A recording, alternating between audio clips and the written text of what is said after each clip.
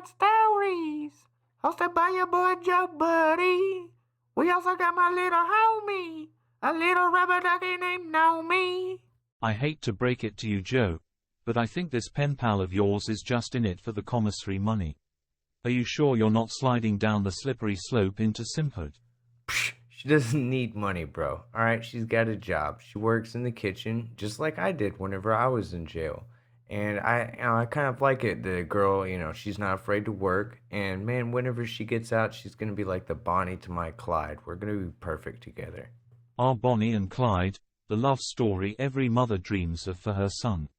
So what kind of work did you do in the kitchen? Were you just a lowly dishwasher, or were you the Bobby Flay of the correction center?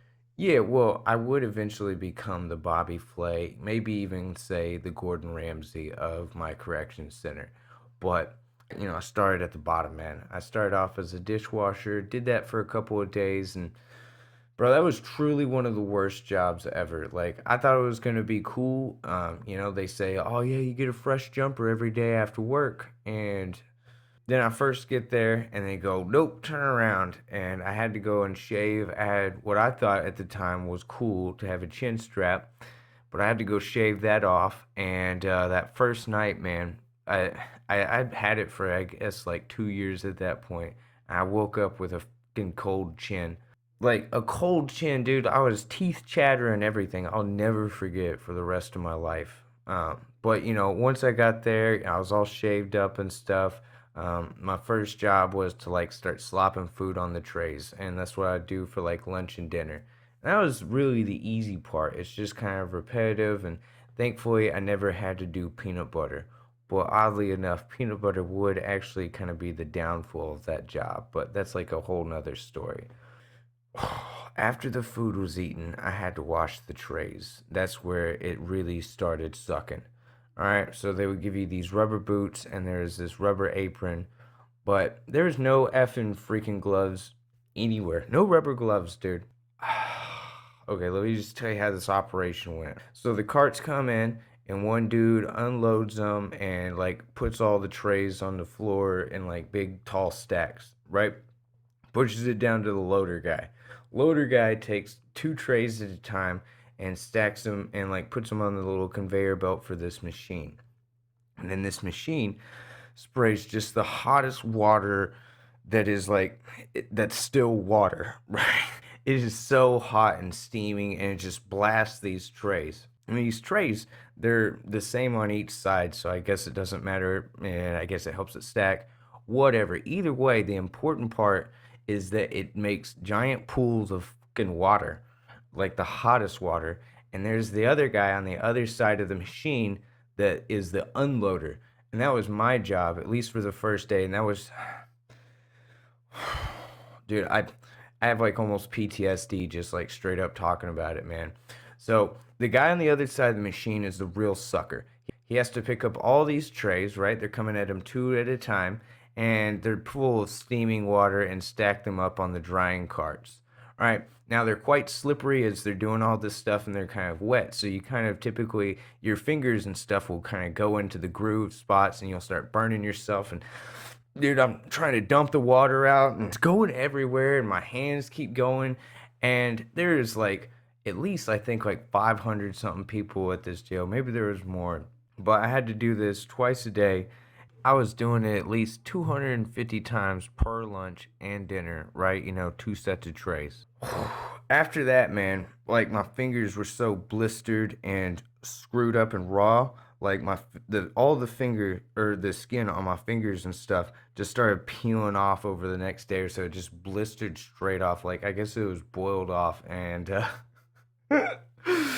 I guess you could say I earned my promotion to serving juice in the shoe. I'm pretty sure you were doing it wrong to get burns like that. Thankfully, the jail staff saved you from yourself and gave you the simple job of handing out juice. Were you able to handle that, or did you somehow find a way to screw that up? Bro, Naomi, I did not screw it up. I would actually end up getting promoted later down the road. I think it's because they actually saw my raw talent for cooking. It's kind of undeniable. But serving the shoe was like a mad sweet gig. I would push like the food carts to the different parts of the jail from the kitchen, and we do that, drop them off at the different pods, feed the shoe, and then we go and pick up all the carts afterwards. There's two teams of us that would do this because the jail had two like PC shoe sections.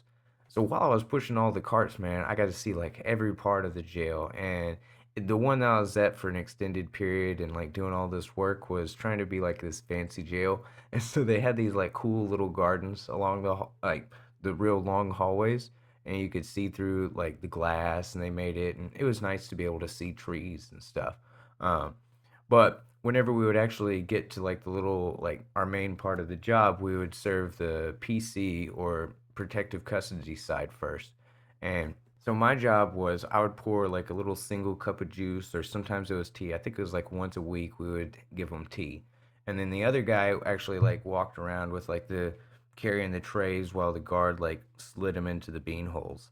And since I wasn't like directly with the guard, people were always asking me for favors. Oh man, give me some extra juice, bro.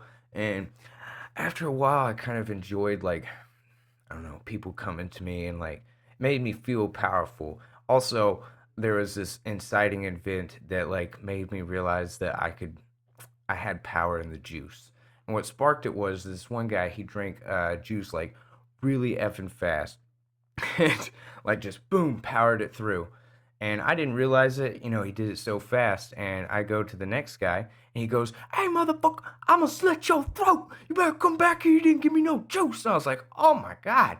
Right? I was 17. No, I was 18 at the time. I was like, oh, I better go back. And I refilled it. And the guard got like really pissed at me for giving him extra juice. And he told me, like, man, don't let them push you around. They're behind like a locked door. They can't do anything to you. I was like, all right, cool. I'm gonna not let them push me around. And then that jerk off pissed like in the tray and then threw it at us through the beanhole. Cause like after we got done serving them and stuff, we'd go and pick up the trays from the beanhole. And dude, he throws it at us. And that was at lunchtime. So whenever it came around to serve dinner, and I got to his cell, boy, I already had this plan cooked up in my head. So we had little styrofoam cups, right? It kind of sticks. Like you can't always get every bit of a drink out of a styrofoam cup, or pretty much any cup. So I go over there and I put like the smallest drop into that cup, just enough for it to roll down to the bottom and stick to the bottom. And so I give it to him and he goes, "Oh, mother, what's this?" Starts yelling at me, and I just go on to the next guy. Like, ain't nothing happening. He starts yelling, calls the guard over to him and stuff. And the guard calls me over and he's like, "Did you give him a cup of juice?" I was like, "Yeah, I gave him a cup of juice. You saw me pour it out." He was like, "Yeah, I did." And I was like, "Can't you see there's some juice in there?" He was like, "Yeah, it looks like that." Yeah, I was like, it was so great because the guard like took my side. Because who are they gonna believe? The guy that's in secure holding unit or the guy that's the trustee? Obviously, they took my side. Dude, that guy got like so pissed, and I was so happy that I won that little one. The other part was that Gate would always read the newspaper, and he would know about the different stories of people who were in the shoe or protective custody, like big cases that were coming into the jail, right? And so there was this one guy. He was a bank robber, and he had got caught. I think he had gotten caught in Frisco or something like that. But it's the funniest bank robbing fail I've ever heard, or at least I was close enough and actually met the guy that was part of it, so I think that's why it's more special to me. But they robbed this bank like no problem somehow in the dead of the night. I don't know exactly what they did, but so they go and they had stolen a car to drive away, and they started up and it goes about all of 10 feet. and then and then they have to abandon the car and run on foot because it just died, wouldn't start anymore. It was just dead in the water. God was like, "No, you're not getting away, Jose." So they run on foot, end up getting caught in the neighborhoods close to the bank and stuff. And I talked to him a little bit. I was like, "Dude, are you bank robber?" And he's like, "Oh, come on, man." But he wanted extra juice as well. And he had like a whole lot of money and extra commissary, and he was in this like cool, like kind of convenient corner cell. So he would give me snacks if I gave him extra juice. And he was like the only guy that was saying he was going to do something for me if I gave him juice. So I was like, all right, F it, let's try it out. And kind of made me feel cool. I was like working with this bank robber, getting a little deal, And so I would trade those snacks for somebody else that had better snacks, because they would search us a lot tougher whenever we would come from the kitchen back into our cells. But I could get it from the shoe over to the kitchen area, and then I would sell it to somebody to eat in the kitchen area, and then they would trade me for some other stuff, like back, because I like cookies and everything like that more. I don't care about beef and cheese sticks. I had a good little gig going with them until I finally got promoted to being a cook, and then I didn't push the carts, and of course didn't go to the shoe anymore. Were you actually promoted? I think they saw the power going to your head and needed to clip your wings. You quickly went from serving up juice to stirring up trouble. Was being a cook as glamorous as the Food Network makes it look? Man, who knows? But being a cook was where me and Gatewood like really became friends. And he was a cook. He'd been there doing it for a couple months, and I'm pretty sure he talked to the manager lady and got me that promotion. But then again, I do have undeniable skills in the culinary arts, and they would really be fools to not utilize my skills while there. Uh, but but speaking of riots, dude, there was almost one that happened while I was working in the kitchen, or at least it was the closest one that I think that jail's ever had to it.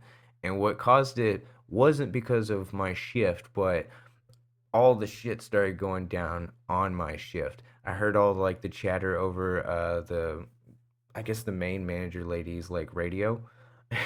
so so the jail had this French toast like every day. It was like Thursday. I don't know. It was one time a week, right? And it was, swear to God, the only breakfast that was worth getting up early to eat. And you had to get it at like 6 o'clock in the morning. It was a real pain in the butt. I usually skip breakfast, except for on the days it was French toast because that stuff was legit really good. And so they had like peanut butter with the syrup, and if you mixed it, oh, dude, it tasted so good with the toast. And on it, it's the only way to eat French toast, in my opinion.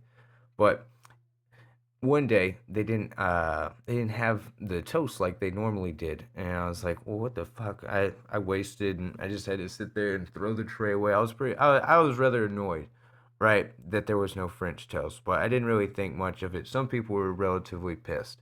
Well, I went to work that day, and I kept hearing, the fights and stuff going over the radio. A couple guards got attacked like throughout the day.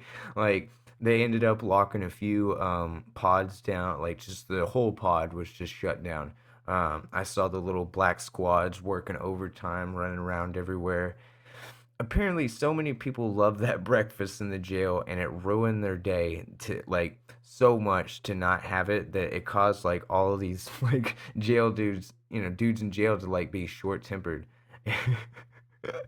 So the reason why they didn't have French toast that day was because the next day they were supposed to have eggs and waffles, but they were short on eggs, and they're just like, well, you have to have eggs to be able to have eggs and waffles. So they cut the French toast out and gave us some sort of like, I don't know, it sucked, right? But it freed up enough eggs so that until they could get more for the next shipment, thinking no big deal. But things went so bad that like with the little all the fights and guards getting attacked that it actually became official policy at that particular jail that in case of an egg shortage to save them for the weekly French toast day. I was basically there for an underrated historical moment. Whenever you like read over rules and you see some weird sub note or official policy, you're like, that's oddly specific. I wonder kind of what prompted that. And I was there for it. I'm one of the few people was there and lived to tell the tale. I think you were also present for the warnings to not eat the silica packets if I'm not mistaken. I jest of course, but I never imagined French toast was so important to the stability of a jail. Attention everyone. Visitors for 5C, please follow me. Well, it looks like it's time to finally meet your pen pal. She may not be a gold digger, but I wouldn't put it past her to call her a copper digger. Bow, bow, bow, bow, bow, bow, bow, bow, bow, bow, bow, bow.